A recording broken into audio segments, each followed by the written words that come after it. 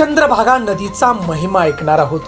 तर संत नामदेव महाराज वर्णन करतात की जेव्हा नव्हती गोदा गंगा तेव्हा होती चंद्रभागा. चंद्रभागा नदी पंढरपूर मध्ये कशी आली, चंद्रभागा नाव हे कसं पडलं, आणि सगळ्यात महत्वाचं की चंद्रभागा नदीकडे नुसतं पाहिलं डोळ्यांनी तर या अखंड या विश्वातील तीर्थांचं फळ तुम्हाला मिळते बघा. सगळी पापं तुमची धुवून जातात. असं काय महत्व आहे चंद्रभागा नदीचं? असं चंद्रभागा नदीला हे वरदान दिलं तरी कुणी की इंद्रालाही आपलं पाप धुण्यासाठी चंद्रभागा नदीमध्ये यावं लागलं होतं, चंद्राला सुद्धा. एवढंच नाही तर जगद्गुरु संत तुकाराम महाराज म्हणतात की अवघीची तीर्थ घडली एक वेळा, चंद्रभागा डोळा देखील या. डोळ्यानं पाहिलं तरी सुद्धा जगातल्या सर्व तीर्थांचं फळ त्या ठिकाणी मिळते बघा. काय असं रहस्य आहे चंद्रभागा नदीचं? चंद्रभागा नदीला हे वरदान तरी दिलं कुठं, हे जाणण्यासाठी हा व्हिडिओ शेवटपर्यंत पहा. सुंदर अशी कथा ऐकणार आहोत उत्पत्तीची आणि महात्म्य. आणि विश्वासानं आम्हाला कमेंट राम कृष्ण हरी, जय हरी विठ्ठल, माऊली माऊली अशा कमेंट मात्र जरूर करा. तर मित्रांनो, ज्याप्रमाणे थोरली बहीण लहान भावाला आपल्या कडेवर घेऊन भगवंताच्या दर्शनाला जाते, त्याचप्रमाणे पांडुरंगाचं दर्शन करविणारी म्हणून आपण प्रथम चंद्रभागा मातेचा आशीर्वाद घेतो आणि त्याच नंतर आपल्या पंढरीनाथाचं दर्शन घेतो.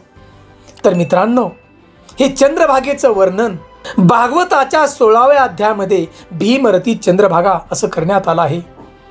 पद्मपुराणामध्ये, उत्तराखंडामध्ये नाना तीर्थ महात्म्य असं वर्णन करण्यात आलं आहे. एवढंच नाही मित्रांनो, महाभारतामध्ये भीष्म पर्वात आणि कंद पुराणामध्ये एक सुंदर अशी कथा सांगितली आहे की चंद्रभागा नदी या पृथ्वीवरती आली तरी कशी. ध्यान देऊन ऐका आपण. मित्रांनो, त्रिपुरासूर नावाचा एक महाभयंकर दैत्य होता आणि या दैत्यानं अनेक देवी देवतांची तपश्चर्या केली आणि अनेक वर प्राप्त केले. आता हा राक्षस बलशाली झाला, त्याला कुणीच हरवू शकत नव्हतं. आता राक्षस म्हणलं की त्याला गर्व आला आणि गर्वानं त्यानं साधू संतांना त्रास द्यायला चालू केले या पृथ्वीवरती बघा. एवढंच नाही तर संपूर्ण या त्रैलोक्यामध्ये धुमाकूळ त्यानं घातला बघा. इंद्रही थरथर कापू लागला या राक्षसाला पाहून. इंद्रानं सिंहासन सोडलं बघा. काय करावं हे कळेना आणि सगळे देवता त्राहिमाम त्राहिमाम म्हणत भगवान शिवशंकराकडे कैलासावरती गेले आणि सगळे देव म्हणाले, देवा तुम्हीच महादेव आहात, तुम्ही आम्हाला वाचवा. आणि या संपूर्ण विश्वाला देवादेव महादेवांनी या सगळ्या देवतांना वचन दिलं की तुम्ही घाबरू नका, या विश्वाचं मी रक्षण करील, तुमचं रक्षण करील आणि या त्रिपुरासुराला वध करील. आणि त्यावेळी महादेवांनी एक पाऊल आपलं पृथ्वीवरती आणि दुसरं पाऊल नंदेश्वरावरती ठेवून भयंकर असं युद्ध चालू केलं बघा या त्रिपुरा राक्षसा. महादेवांचं भव्य असं हे रूप होता, मोठं रौद्र रूप. कित्येक दिवस त्रिपुरासुराबरोबर युद्ध चाललं महादेवांचं. आणि या युद्धाच्या वेळी महादेवांच्या शरीरातून घाम बाहेर पडला आणि या घामातून या चंद्रभागेची उत्पत्ती झाली. मित्रांनो, नाव पुढे चंद्रभागा नंतर पडलं आणि ही चंद्रभागा नदी आपली म्हणजेच भीमरती अतिशय वेगानं अगदी रौद्र रूप धारण करून पंढरीच्या पांडुरंगाकडे प्रथम निघाले बघा दर्शन घेण्यासाठी भगवंताचं. आता पंढरपूरच्या दिशेनं भयंकर असं वेगानं चंद्रभागेचं पाणी येत होतं, म्हणजेच या भीमरतीचं. पंढरपूरमधल्या लोकांनी पाहिलं की एवढं पाणी येतोय कुठून पंढरपूरमध्ये. घाबरली लोक सगळी हो. आणि सगळी पंढरपूरमधील लोक ती क्षेत्रपाल रक्षक काळ भैरवनाथाकडे गेली बघा पंढरपूरमध्ये, कारण त्या क्षेत्राचा रक्षक काळ भैरवनाथ आहेत. आता काळ भैरवनाथ म्हणजे भगवान शिवशंकराचा अवतार. भैरवनाथाला लोक सांगू लागली की तुम्ही वाचवा आम्हाला आणि क्षेत्र आपलं पंढरपूर क्षेत्र वाचवा. आता काळ भैरवनाथ भगवान शिवशंकराचा अवतार रौद्र रूप धारण केलं काळ भैरवनाथाने बघा. मोठं राग आला काळ भैरवनाथाला या भीमरथीचा. काळ भैरवनाथाची गर्जना एवढी मोठी केली की गर्जनेनं त्या ठिकाणी ही भीमरथी घाबरली हो.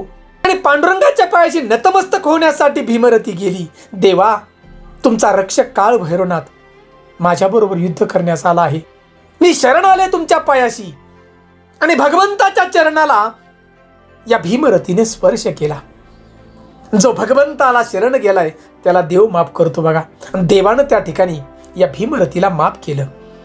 सांगितलं, भीमरथी घाबरू नकोस, तू मला शरण आले आहेस, तुला आता कुणी काय करू शकणार नाही काळ भैरवनाथ. फक्त तू एकच काम कर, या तीर्थक्षेत्रातून जाताना तू शांतपणे जा आणि तुझा स्पर्श माझ्या पायाला झालाय म्हणून मी तुला वरदान देतो की तुझ्या पाण्यामध्ये जो स्नान करील, जो तुझं दर्शन मनापासून घेईल, त्याची सगळी पापं धुवून जातील. भगवंतानं या ठिकाणी बघा ही वरदान या भीमरथीला दिलं. म्हणूनच मित्रांनो, चंद्रभागा नदी आपली म्हणजेच भीमरथी पाप विनाशिनी झाली बघा. तिथून पुढं म्हणजे पापाचा विनाश करणारा असं वरदान भगवंतानं दिलं. मित्रांनो, चंद्रभागा नाव कसं पडलं पहा. मांडन खडकी हा जो भाग आहे बघा, ते म्हणजे मांडव्य ऋषींचं स्थान. इथून विष्णुपदापर्यंतचा जो भीमरथीचा भाग आहे याचा आकार चंद्राकार झाला बघा पुढं, म्हणून चंद्रभागा असं म्हणतात. मित्रांनो, उत्पत्ती कुठून झाली पहा.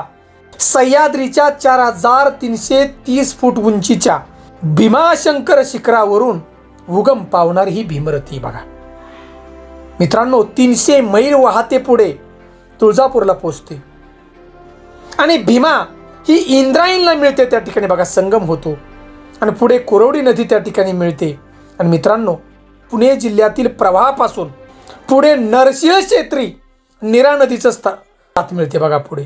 आणि पुढे पूर्व वाहिनी भीमारथी पंढरपूर क्षेत्राजवळ अचानक वळण घेते.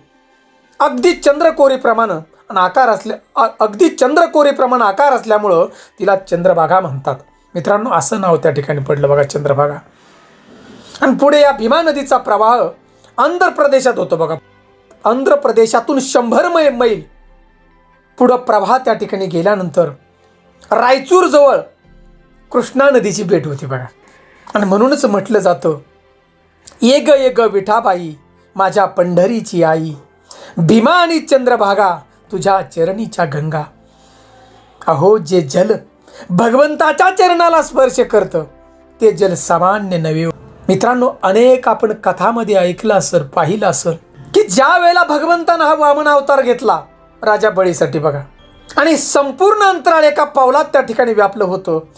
विशाल चरण कमल भगवंताचं ब्रह्मांडाच्या अवतरणाला ज्या वेळेला स्पर्श करतं त्यावेळी भगवंताच्या पायाच्या अंगठ्यानं त्यावर नला छिद्र पडतं आणि समुद्राचं दिव्य जल पाझरतं. आणि दिव्य जल आणि ती दार म्हणजे गंगा होय. मित्रांनो, भगवंताच्या चरणाला जे जल स्पर्श करतं ते खऱ्या अर्थानं गंगा होय बघा. आणि म्हणूनच मित्रांनो, ध्यान देऊन ऐका आपण की चंद्रभागा ही सदैव भगवंताच्या चरणाला स्पर्श करून पुढे चाललेली. आणि म्हणूनच चंद्रभागा आणि गंगा याच्या पाण्यामध्ये काही फरक नाही बघा, काहीच फरक नाही. ही पापनाशिनी हो चंद्रभागा. आणि म्हणूनच या जगामधली लोक पंढरपूरला येतात बघा भगवंताच्या पायाला स्पर्श करण्यासाठी. चंद्रभागेमध्ये आधी स्नान करतात का नाही, त्या ठिकाणी पापी येतात, चोर येतात, दीन दलित दुबळे सगळे लोक येतात ना. चंद्रभागा सगळ्यांचं पाप दूर करते बघा. एवढी क्षमता या चंद्रभागेमध्ये. आणि हे सगळं वरदान भगवंताने त्या ठिकाणी. आणि मित्रांनो, जगद्गुरु संत तुकाराम महाराज म्हणतात बघा की चंद्रभागे स्नान तुका म्हणे हेची दान.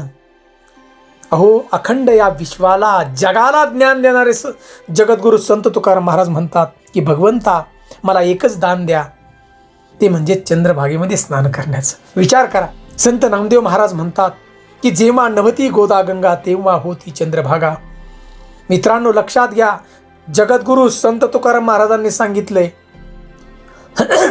अवघीची तीर्थ घडली एक वेळा चंद्रभागा डोळा देखिली या. विचार करा, डोळ्यानं जर पाहिली चंद्रभागा तर या विश्वामधली जेवढी तीर्थ आहेत त्या तीर्थाला तुम्ही गेल्याचं आणि त्या ठिकाणचं दर्शन घेतल्याचं फळ तुम्हाला चंद्रभागेच्या स्नानानं आणि पाहिल्यानं मिळते बघा. नुसतं पाहिल्यानं विचार करा. म्हणून मित्रांनो, पंढरपूरमध्ये गेला असताना आणि जर तुम्ही गेला त्या ठिकाणी तर चंद्रभागेकडं डोळं भरून पहा आणि नंतर आशीर्वाद घेऊनच तुम्ही भगवंताच्या पायाशी दर्शनाला जा. मित्रांनो, असं हे आपल्या चंद्रभागा नदीचं महात्म्य आहे बघा. आता आषाढी वारी चालली, लाखो माझे वारकरी बांधव, एवढा पाऊस पडतोय तरी सुद्धा बघा पंढरपूरच्या दिशेने चाललेत. मित्रांनो, हा वारीचा सोहळा आपल्या गावातून आजूबाजून जात असेल, माऊलींचा असो, जगद्गुरु संत तुकाराम महाराज, संत सोपान काका, सगळ्याच म्हणजे संतांचा पालखी सोहळा आपल्या भागातून जात असेल ना, तर त्या ठिकाणी आपण सहभागी व्हा. 4 पावलं का होईना चाला आणि माझ्या वारकरी बांधवांना फुल ना फुलाची पाकळी म्हणून आपण दान करा. ते दान तुमचं पंढरपूरला पोहोचेल बघा, भगवंताच्या पायाशी. मित्रांनो, सुंदर अशी चंद्रभागेचे हे महात्म्य, ही कथा आपल्याला आवडली असेल तर रामकृष्ण हरी, जय हरी विठ्ठल अशी कमेंट मात्र अभिमानानं आम्हाला द्या. जय हिंद, जय महाराष्ट्र.